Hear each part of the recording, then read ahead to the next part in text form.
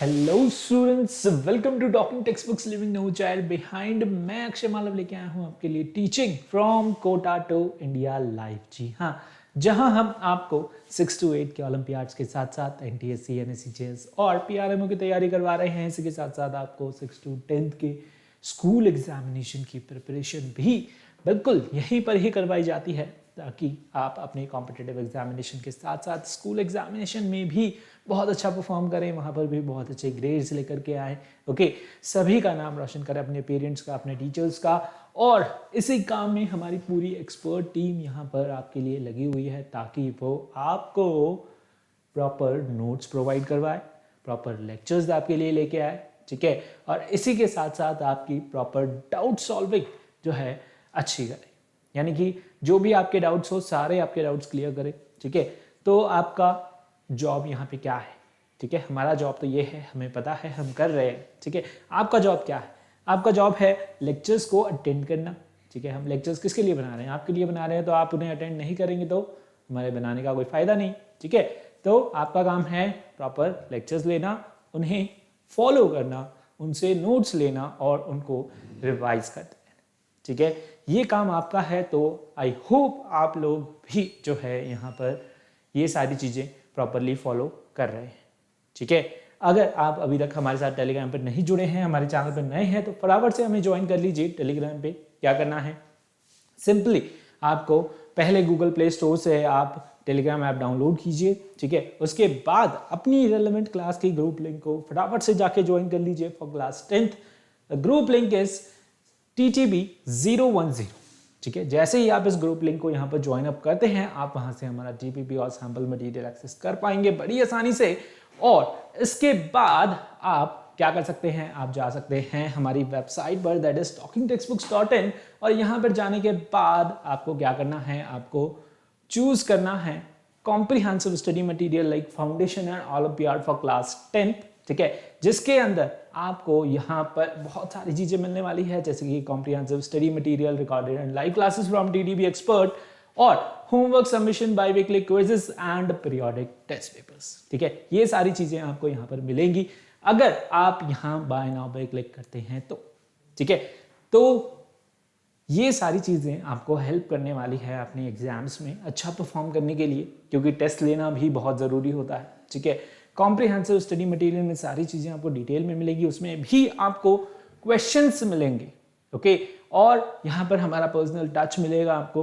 Okay, आप कोई भी डाउट हो अपने व्हाट्सएप ग्रुप्स में हम आपको ऐड कर लेंगे, और फिर आप अपने डाउट्स आसानी से पूछ सकते हैं। ठीक है, नाउ अब आपको क्या करना है, सिंपली यहाँ बाय नाउ पे क्लिक करना है। जैसे ही आप बाय नाउ पे क्लिक करेंगे, आप यहाँ पर प्राइस डिटेलिंग ऑप्शन पे आ जाते हैं। अगर आपको इनकी प्राइस मनी ज़्यादा लग रही है तो आप यहाँ पर डिस्काउंट कूपन अप्लाई कर सकते हैं AM लाइव, जिससे कि आपको मिलने वाला है 30% का डिस्काउंट। ओके, और फिर आई होप आप जो है खुशी यहाँ बाय पैकेज पे क्लिक करके थ्रू क्रेडिट, डेबिट और through net banking, through any means you can buy these packages. Okay, and if you have any queries, any doubt, any questions regarding Telegram, regarding subscription, okay, you can ask us by calling on these numbers. Okay, फटाफट से number भी note कीजिए। ठीक है, फिर हम आगे बढ़ रहे हैं and we are doing what? We are doing our cardinal promise। जी हाँ, बिल्कुल, cardinal promise भी करना बहुत जरूरी है। ठीक है, ताकि आप एक स्मार्ट और सिंसियर स्टूडेंट बने रहें। ठीक है, ये आपको याद दिलाता रहेगा हमेशा। ठीक है, एक रिचुअल है हमारा, इसे हम भूलते नहीं हमेशा। ठीक है, तो बिना कार्डिनल प्रॉमिस किए हम अपना लेक्चर स्टार्ट नहीं करेंगे। फटाफट से कार्डिनल प्रॉमिस कीजिए। I promise to listen to the complete lecture and make proper notes of it so that I can become a smart student। ताकि मैं क्या बन सकूं, स्मार्ट स्टूडेंट बन सकूं। ठीक है, तो फटाफट से कार्डिनल प्रॉमिस किया आपने ना। सी, आज हम हमारा न्यू चैप्टर स्टार्ट करेंगे। ठीक है, टॉपिक से अब मैं आपका इंट्रोडक्शन करवाता हूं। ओके, बेसिकली आज हम न्यूक्लियर केमिस्ट्री का इंट्रोडक्शन ही पढ़ने वाले हैं। ठीक है, नया चैप्टर हम स्टार्ट कर रहे हैं, कार्बन एंड इट्स कंपाउंड, हमने फाइनली कंप्लीट कर लिया है। ठीक है, आपका यहाँ पर अब nuclear chemistry new chapter start हो रहा है। ठीक है, क्या है न्यूक्लियर केमिस्ट्री? ठीक है, न्यूक्लियस की स्टडी। न्यूक्लियस आप सब जानते हैं क्या है, एटम। ओके, एटम से याद आया आपको? ठीक है, उसके अंदर क्या है, न्यूक्लियस प्रेजेंट है। किसने बताया था, ये रदरफोर्ड ने बताया था। ठीक है, थोड़ा थोड़ा 9th क्लास का यहाँ पर रिपीट होगा और थोड़ा फिर हम एकदम से एडवांस वर्जन पे जाएंगे जो है 11th 12th क्लास का। ठीक है, तो 11th क्लास 12th क्लास का हम यहाँ पर टच ले रहे हैं थोड़ा सा, और थोड़ा सा हम पीछे का रिवाइज कर रहे हैं लाइक फ्रॉम 9th क्लास। ठीक है, तो दोनों का मिक्सचर आपको यहाँ 10th क्लास में डाल दिया गया है और आपको पढ़ाया जा रहा है जिसे आपको पढ़ना है। ठीक है, तो यहां पर हम इंट्रोडक्शन, न्यूक्लियर केमिस्ट्री क्या होती है, types of nucleus on the basis of stability and stability of nucleus के बारे में आज बात करने वाले हैं। ठीक है, आर यू गाइस रेडी? चलिए, सी न्यूक्लियर स्ट्रक्चर क्या होता है, जिसके अंदर प्रोटॉन्स होते हैं, न्यूट्रॉन्स होते हैं, इलेक्ट्रॉन्स होते हैं। ठीक है, इससे पहले आपको पता होना चाहिए किसके बारे में, इससे पहले आपको पता होना चाहिए एटम के बारे में। क्या होता है एटम? ओके, मैटर क्या होता है? ओके, सुना है आपने, सुना सुना सा लग रहा है ना, बहुत टाइम हो गया पढ़े। ओके, पिछले साल कभी आपने पढ़ा था जब आप स्कूल जाते थे, है ना। तो नाउ सी मैटर को जब हम क्या कर रहे हैं, सब डिवाइड कर रहे हैं। सपोज ये मैटर है, इसको सब डिवाइड कर रहे हैं, लास्ट में एक छोटा सा पार्टिकल बचेगा। थोड़ा सा मैं फास्ट इसे लाइक रिवाइज करवाना चाहूंगा। ओके, सो फटाफट से कैच कीजिएगा, ये क्या है, मैटर है। ठीक है, और मैटर को हम क्या कर रहे हैं, सब डिवाइड कर रहे हैं छोटे छोटे पार्टिकल्स में। ठीक है, छोटे छोटे पार्टिकल्स में जब हम इसे सब डिवाइड करेंगे तो यहां पर एक अल्टीमेट पार्टिकल पे हम पहुंचेंगे जिसे फर्दर सब डिवाइड करना पॉसिबल नहीं है। ठीक है, द अल्टीमेट पार्टिकल जिसे हम बोले किसी भी मैटर का, ठीक है, उसे हम क्या बोलते हैं, एटम। ठीक है, अब एटम की यहां पर कुछ साइंटिस्ट ने बोला कि इसे सब डिवाइड नहीं किया जा सकता, बट आगे फर्दर डिस्कवरीज हुई जिसके अंदर हमने देखा कि एटम खुद भी क्या हो सकता है, फर्दर सब डिवाइड हो सकता है, जिन्हें हम बोलते हैं यहां पर सब एटॉमिक पार्टिकल्स और फंडामेंटल पार्टिकल्स। ओके, क्या क्या है वो, that is electron, proton and neutron. क्या है, electron, okay, proton and neutron, ये तीनों क्या है, सब एटॉमिक पार्टिकल्स है। ठीक है, इनसे मिलकर क्या बना है, एटम बना है। ठीक है, अब इन तीनों के अलावा भी यहां पर एटम में एक और चीज है, वो क्या है, न्यूक्लियस। क्या है वो, न्यूक्लियस है। ठीक है, वो क्या है, न्यूक्लियस है, जो कि बहुत बहुत छोटा है एटम से। एटम अल्टीमेटली अपने आप में ही बहुत छोटा है। ठीक है, लेकिन यहां पर न्यूक्लियस उससे भी कई गुना लाइक 5 to 8 टाइम्स 10 टाइम्स यहां पर क्या है, उससे छोटा है। ओके, अगर आपको इमेजिन करवाना चाहें like radius of the atom is 10 raised to the power -10, okay, metre, but यहां पर radius of nucleus is 10 raised to the power -15 metre. Okay, तो यहां पर क्या है, न्यूक्लियस जो है बहुत बहुत छोटा है। ठीक है, एक रूम है, अब रूम के अंदर सपोज मैं क्या रख दूं, लाइक एक पेन की पॉइंट। ठीक है, एक रूम है और रूम के अंदर क्या है, एक पेन की, लाइक मेरे पेन की क्या है, पॉइंट। ठीक है, आपका बॉल पेन है, बॉल पेन की पॉइंट इतना छोटा है क्या, हमारा न्यूक्लियस। एक रूम तो क्या है, आपका एटम है, और न्यूक्लियस क्या है, उस पेन की पॉइंट है। ठीक है, इतना छोटा है हमारा क्या, न्यूक्लियस। ठीक है, समझ आया आपको, है ना। ये सारी चीजें आप पढ़ चुके हैं। फिर इसमें आपने पढ़ा इसका मास क्या होता है ना। 9th क्लास में आपने पढ़ा इलेक्ट्रॉन, प्रोटॉन और न्यूट्रॉन का मास क्या होता है, इन पे चार्ज क्या होता है। ठीक है, वो सारी चीजें आपने यहाँ पर डिस्कस की। ठीक है, इलेक्ट्रॉन का मास एकदम क्या होता है, नेग्लिजिबल होता है।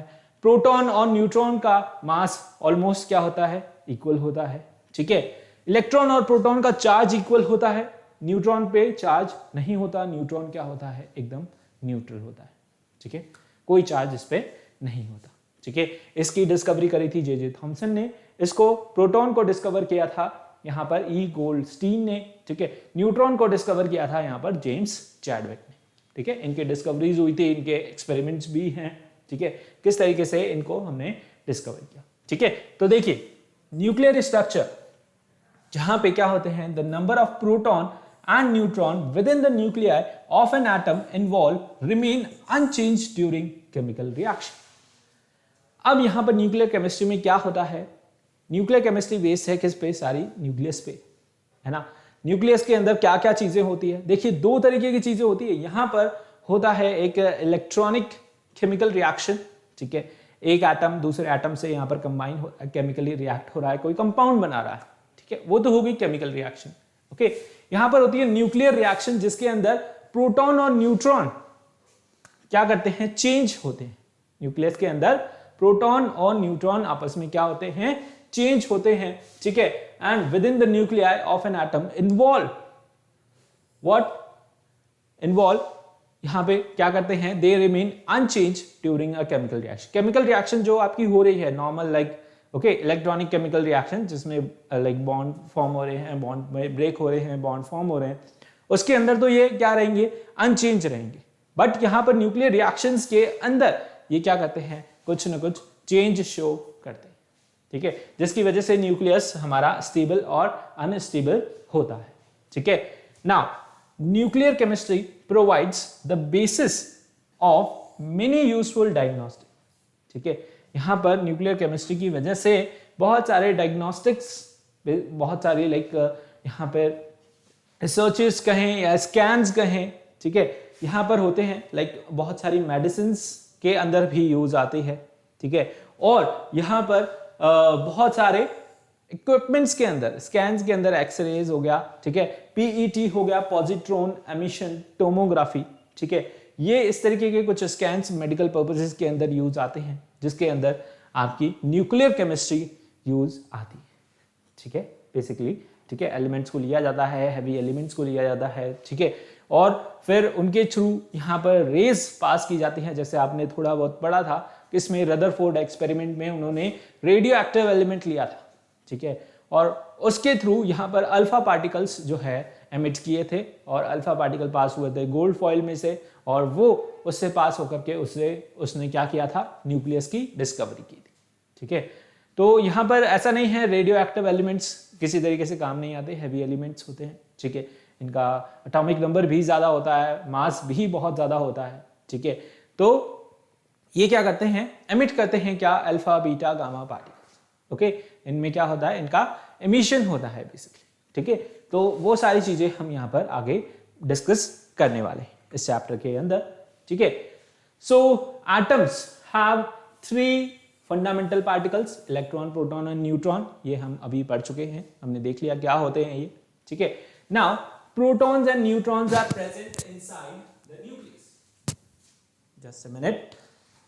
प्रोटॉन्स और न्यूट्रॉन्स कहाँ रहते हैं, ये प्रेजेंट रहते हैं किसके अंदर, इनसाइड द न्यूक्लियस। किसके अंदर भाई, न्यूक्लियस के अंदर प्रेजेंट रहते हैं, ठीक है।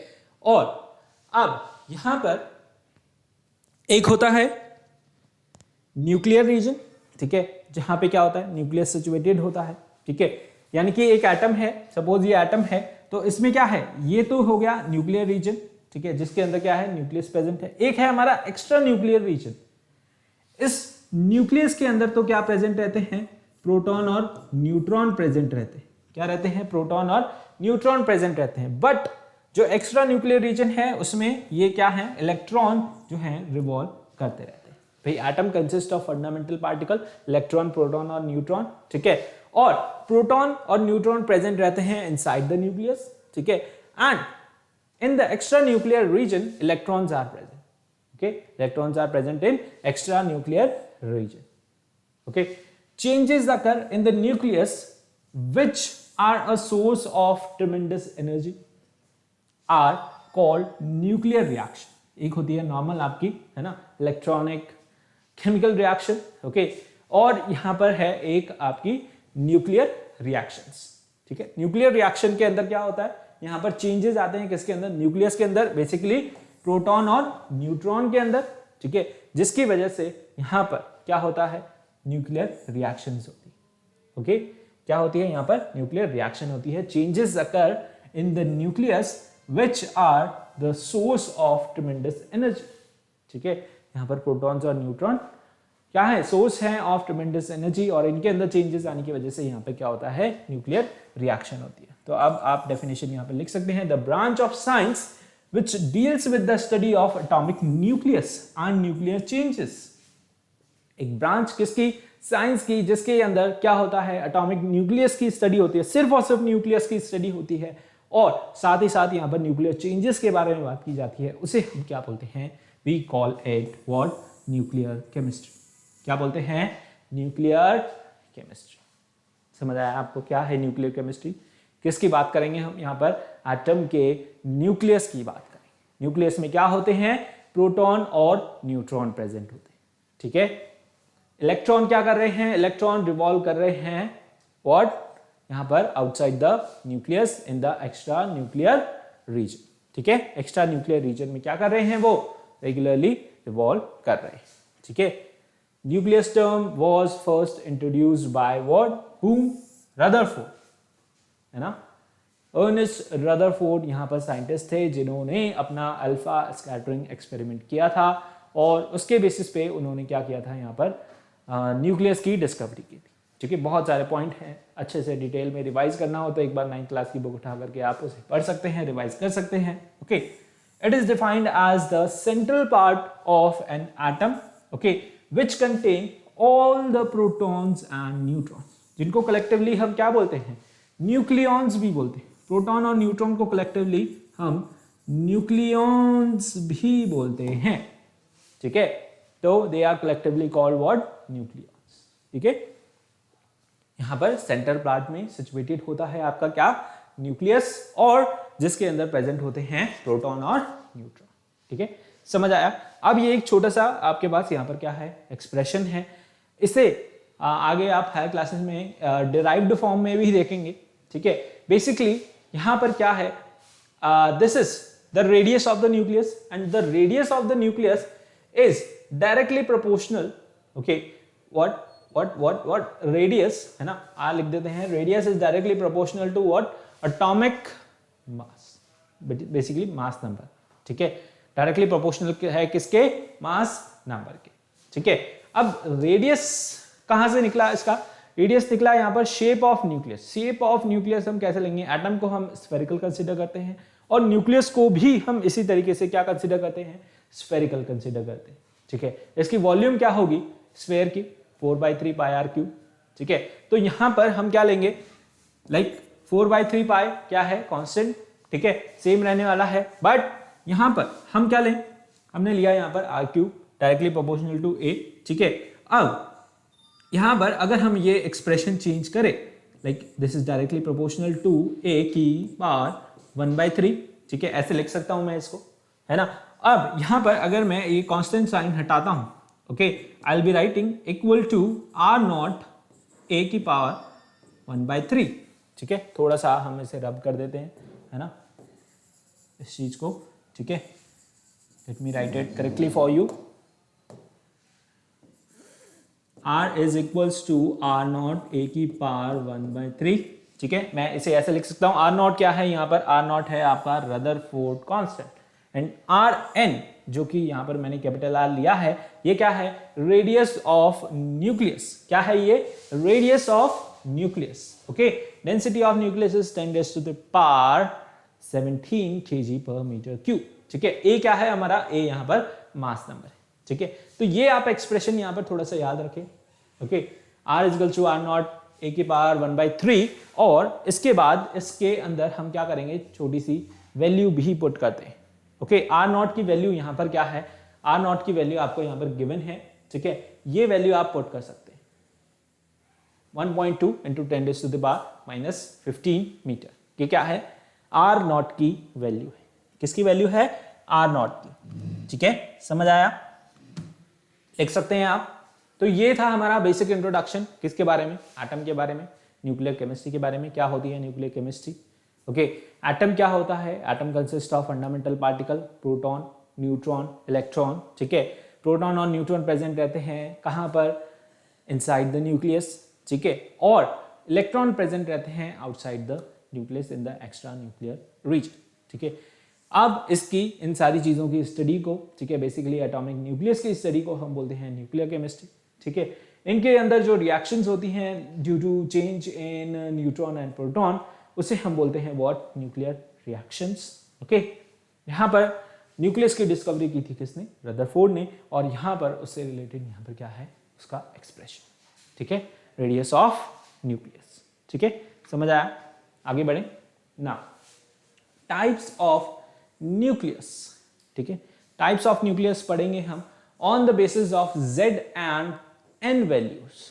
क्या है यहाँ पर Z? Z है हमारा एटॉमिक नंबर। क्या आपको दिखाई दे रहा है? What is Z? Z is your atomic number, that is number of proton. Z is equals to what? Number of proton, ठीक है, जिसे हम एटॉमिक नंबर भी बोलते हैं, atomic number. Okay, and small n is the neutron, number of neutron. ठीक है, small n is number of neutron. समझ आया? चलिए, आइसोटोप्स पढ़ चुके हैं आप, कुछ याद आ रहा है देख करके क्या होते हैं आइसोटोप्स? इसी चीज से रिलेटेड रहते हैं। ओके, अब देखिए इसके अंदर क्या होता है। Isotope of an element have the same atomic number. ठीक है, इनके अंदर क्या होता है, इनका एटॉमिक नंबर जो है वो सेम रहता है बट डिफरेंट एटॉमिक मास। ठीक है, due to presence of different number of neutron. किसकी वजह से?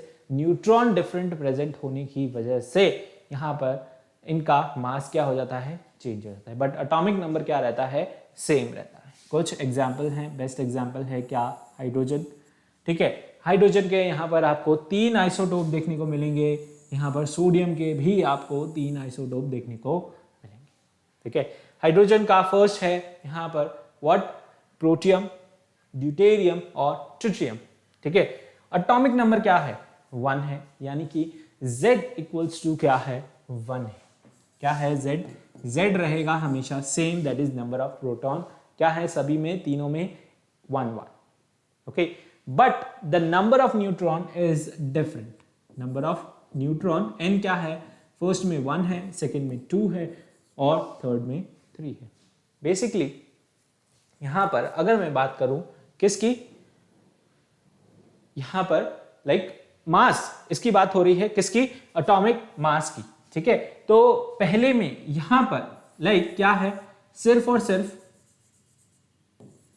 सिर्फ क्या है, पहले के अंदर यहां पर कोई भी न्यूट्रॉन नहीं है। ठीक है, दूसरे के अंदर यहां पर एक सिर्फ और सिर्फ एक न्यूट्रॉन है, जिसकी वजह से उसका मास है क्या, 2। मास कैसे निकालते हैं हम, यहां पर मास नंबर निकालते हैं हम कैसे, न्यूट्रॉन प्लस प्रोटॉन। तो एक तो हमेशा प्रोटॉन रहेगा ही सही। ठीक है, पहले वाले में कुछ नहीं होता, सेकंड वाले में एक रहता है, 1 + 1 2। ठीक है, और थर्ड वाले में यहाँ पर 2 न्यूट्रॉन आ जाते हैं और एक प्रोटॉन रहता है, तो 3। ओके, ये इसलिए यहाँ पर आपको यहाँ पर 3 आइसोटोप्स देखने को मिलते हैं। बेसिकली आइसोटोप्स आपको यहाँ पर देखने को मिलेंगे किसके अंदर, कार्बन के अंदर भी। कार्बन का एटॉमिक नंबर 6 और वो भी एग्जिस्ट करता है C12, C13, C14 के अंदर। ठीक है, तो वो क्या है, कार्बन के आइसोटोप्स हैं।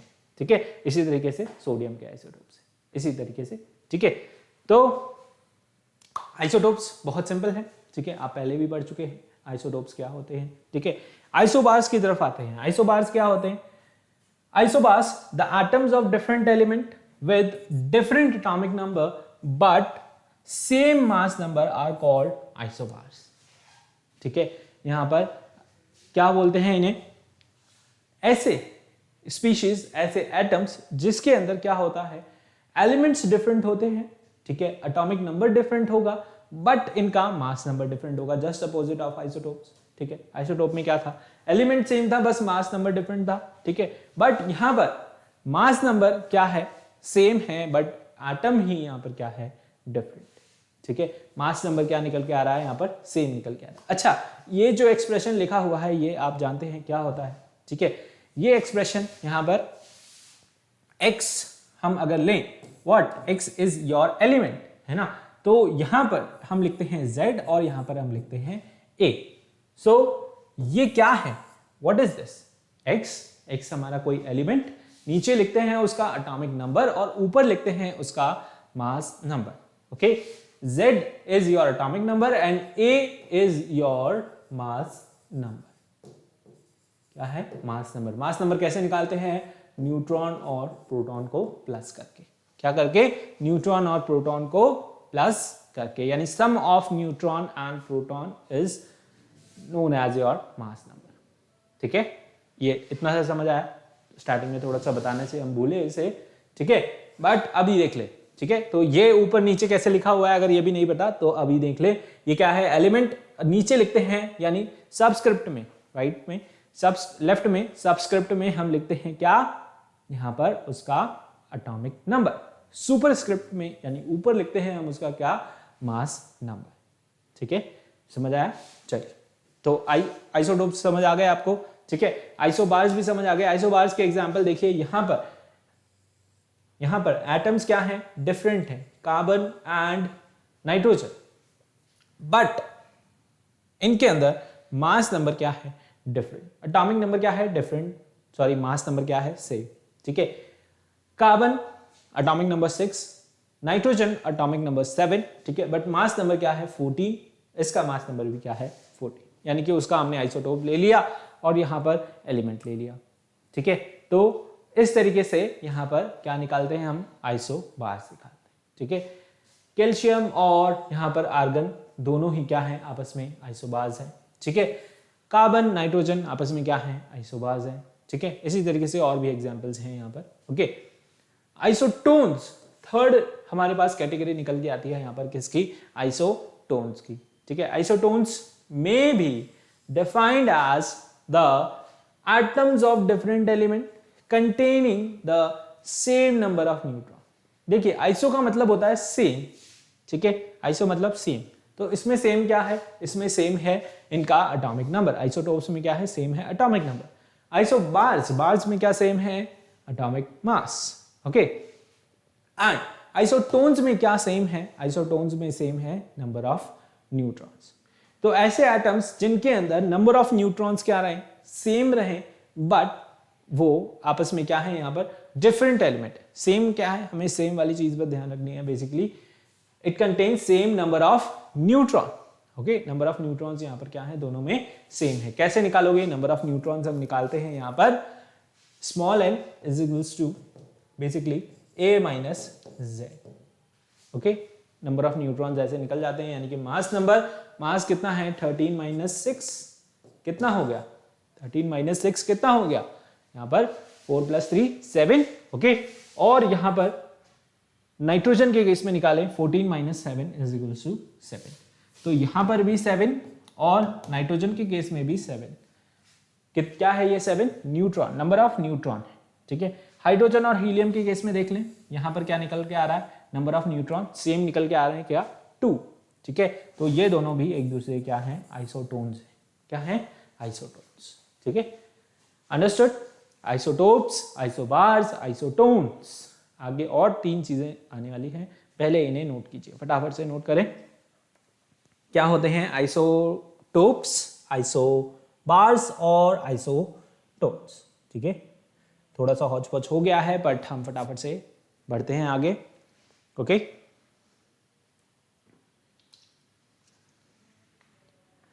फटाफट से नोट करें।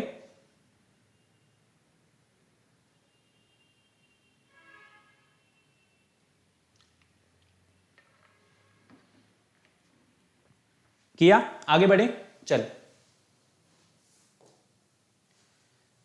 मिरर न्यूक्लिया। मिरर न्यूक्लिया क्या होता है? देखिए यहां पे ये क्या है? ये एक एलिमेंट है, ये एक एलिमेंट है, ये इसका मास है A1, इसका मास है एटॉमिक नंबर है Z1, इसका A2 Z2। ठीक है, और mirror nuclei if Z1 is equals to N2 and Z2 is equals to N1।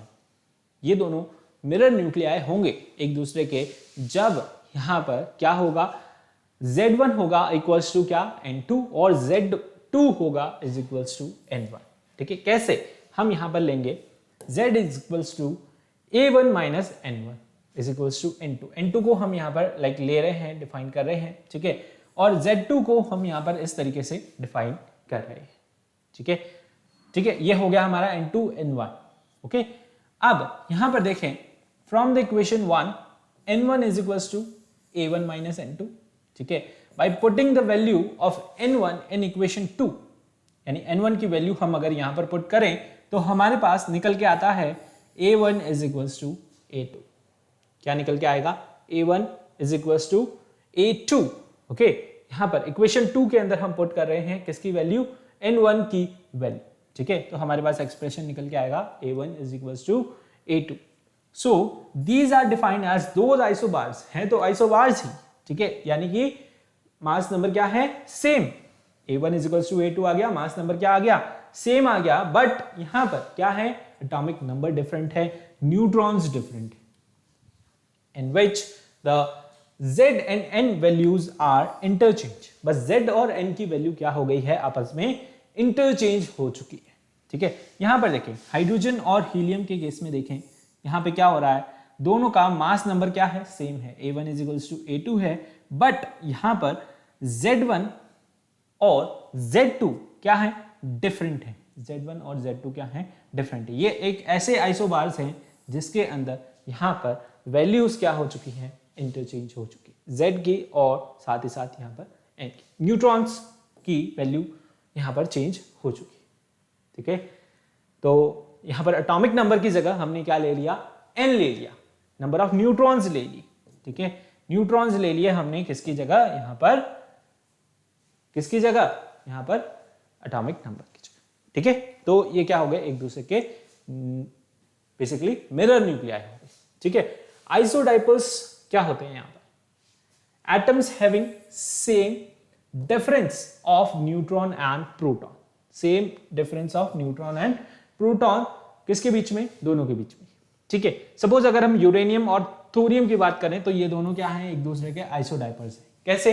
यहां पर देखिए, यूरेनियम की बात करें हम, इसका एटॉमिक नंबर है क्या? यहां पर ये क्या है? Z इज 92, एटॉमिक नंबर है 238। ठीक है, नंबर ऑफ न्यूट्रॉन निकाले यूरेनियम के अंदर, नंबर ऑफ न्यूट्रॉन अगर हम निकालें तो 238 माइनस कितना? 92, क्या निकल के आ रहा है? ये निकल के आ रहा है हमारे पास कितना? लाइक 140। ओके, कितना निकल के आ रहा है ये? यहां पर 146।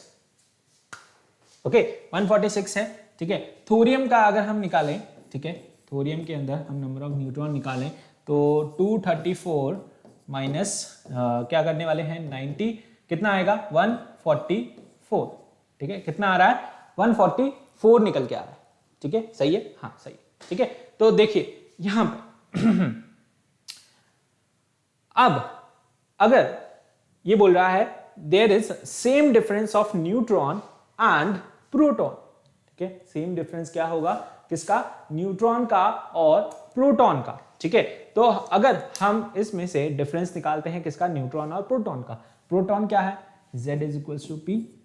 ठीक है, ये क्या है? हमारा प्रोटॉन है। तो 146 माइनस अगर मैं 92 करूं, निकल के आएगा क्या? 54, है ना? क्या निकल के आएगा? 54। और 144 माइनस मैं क्या करूं? 90 करूं, तब भी निकल के आएगा कितना? 54। ठीक है, तो दोनों का डिफरेंस क्या आ रहा है? सेम आ रहा है ना? प्रोटॉन और न्यूट्रॉन। ठीक है, न्यूट्रॉन और प्रोटॉन का डिफरेंस देखें आप, न्यूट्रॉन एंड प्रोटॉन का डिफरेंस हम देख रहे हैं, वो क्या निकल के आ रहा है? सेम निकल के आ रहा है, दैट इज 54। तो ये दोनों क्या हैं? एक दूसरे के आइसोडाइपर्स हैं। ठीक है, ये है यहां पर कंसेप्ट किसका? आइसोडाइपर्स का। एक और फटाफट से देख लें, आइसोस्टर्स क्या होते हैं? Molecules having same number of atoms and same number of electrons are called isosters. ठीक है, जिसके अंदर क्या होते हैं? एटम्स भी क्या हो? सेम हो, दोनों के अंदर तीन एटम्स हैं। ठीक है, यानी कार्बन का एक, ऑक्सीजन के दो, नाइट्रोजन के दो, ऑक्सीजन का एक। ठीक है, and the same number of electrons, electrons भी इनके अंदर क्या है? सेम है, दैट इज 22 इलेक्ट्रॉन्स हैं इन बोथ द मॉलिक्यूल्स। ठीक है, तो ये दोनों क्या हैं? एक दूसरे के आइसोस्टर्स। ठीक है, ऐसे मॉलिक्यूल्स जिनके अंदर क्या हो? Number of atoms plus number of and the number of electrons क्या हो? सेम हो, तो वो दोनों क्या होते हैं? एक दूसरे के आइसोस्टर्स। क्या होते हैं? आइसोस्टर्स। ओके, समझ आया? This is the basic introduction. Okay, आगे बढ़े, चलिए फटाफट से अब हम आगे बढ़ते हैं। थोड़ा सा यहाँ पर हम किसके बारे में बात करेंगे, स्टेबिलिटी के बारे में बात करते हैं। स्टेबिलिटी क्या होती है, ठीक है। स्टेबिलिटी अब यहां पर डिफाइन की जाती है दो तरीके से, ठीक है। एक हो गया हमारे लाइक हमने पढ़ा था, जिनका outer most shell completely filled है वो क्या होंगे, स्टेबल होंगे। जिनका outer most shell completely filled नहीं है वो क्या होंगे, अनस्टेबल होंगे, ठीक है। बट यहां पर आपके लिए दो तरीके से हमने स्टेबिलिटी जो को डिफाइन किया है, ठीक है। एक है स्टेबल, एक है अनस्टेबल, ठीक है। Stable proton and neutron don't change with time. अगर न्यूक्लियस के अंदर, न्यूक्लियस की स्टेबिलिटी के बारे में बात हम कर रहे हैं, ठीक है, तो यहां पर टाइप्स ऑफ न्यूक्लियस की बात हो रही है, ठीक है, वही टॉपिक चल रहा है, उसके अंदर हमने वो सारी चीजें पढ़ी Z और N की, ठीक है। अब सेकंड है हमारे पास क्या, यहाँ पर on the basis of stability, nucleus को हम क्लासिफाई कर रहे हैं on the basis of stability. तो देखिए यहाँ पर क्या हो रहा है, on the basis of stability एक है स्टेबल, एक है अनस्टेबल। अनस्टेबल कब है, जो प्रोटॉन और न्यूट्रॉन यहाँ पर चेंज हो जाते हैं टाइम के साथ, वो क्या हो जाएगा, अनस्टेबल हो जाएगा। और जिसके अंदर प्रोटॉन और न्यूट्रॉन चेंज नहीं होते टाइम के साथ, वो क्या होगा, यहाँ पर स्टेबल रहेगा, ठीक है। जिसके अंदर प्रोटॉन और न्यूट्रॉन फ्लक्चुएट कर रहे हैं, चेंज हो रहे हैं टाइम के साथ, तो वो क्या होगा, अनस्टेबल होगा, ठीक है।